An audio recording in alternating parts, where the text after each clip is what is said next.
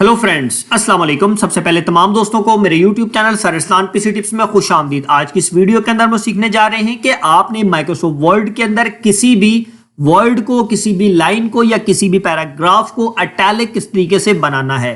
बेटे, अगर आप माइक्रोसॉफ्ट वर्ड के अंदर किसी भी वर्ड, लाइन या पैराग्राफ को इटैलिक बनाना चाहते हैं तो उसके लिए हम दो तरीकों को इस्तेमाल करते हैं। तरीका नंबर 1, बेटे सबसे पहले आपने जिस भी लफ्ज को माइक्रोसॉफ्ट वर्ड में इटैलिक बनाना है। मिसाल के तौर पर ये वाला लफ्ज है मेरा रिपब्लिक ऑफ पाकिस्तान। ये देखें अभी बिल्कुल सीधा लिखा हुआ है, मैं इसको इटैलिक बनाऊंगा तो ये थोड़ा सा टेढ़ा हो जाएगा। इटैलिक बनाने के लिए जिस भी वर्ड को इटैलिक बनाना है आप उसको सिलेक्ट करेंगे। सिलेक्ट करने के बाद होम के टैब में आएंगे और यहां पर एक जगह पे आपको लिखा हुआ मिलेगा आई का साइन। आई का मतलब है इटैलिक।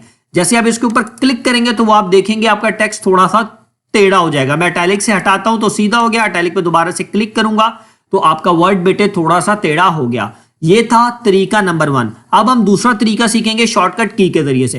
बेटे मिसाल के तौर पर ये वाली लाइन या ये वाला पूरा पैराग्राफ, कहां से, इट इज द वर्ल्ड, यहां से लेकर यहां तक मैं पूरे पैराग्राफ को इटैलिक बनाना चाहता हूं शॉर्टकट की के जरिए से।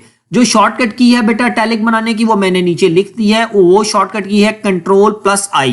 Ctrl+I से क्या मुराद है, आपने कीबोर्ड से कंट्रोल का बटन दबाना है और उसके बाद आई का बटन दबाना है। कंट्रोल को प्रेस करके रखेंगे और आई का बटन दबाएंगे तो आप देखेंगे कि आपकी लाइन, वर्ड या पैराग्राफ जिसके ऊपर भी आप Ctrl+I का बटन दबाएंगे बेटा तो वो आपको इटैलिक फॉर्म में आपकी कन्वर्ट करके आपको दे देगा। बेटे आज की क्लास के अंदर हम लोगों ने सीखा कि आपने माइक्रोसॉफ्ट वर्ड के अंदर किसी भी लाइन, पैराग्राफ या वर्ड को इटैलिक किस तरीके से बनाना है। आप लोगों को उम्मीद करता हूं समझ आई होगी। आज के लिए मुझे इजाजत दीजिए। अल्लाह हाफिज।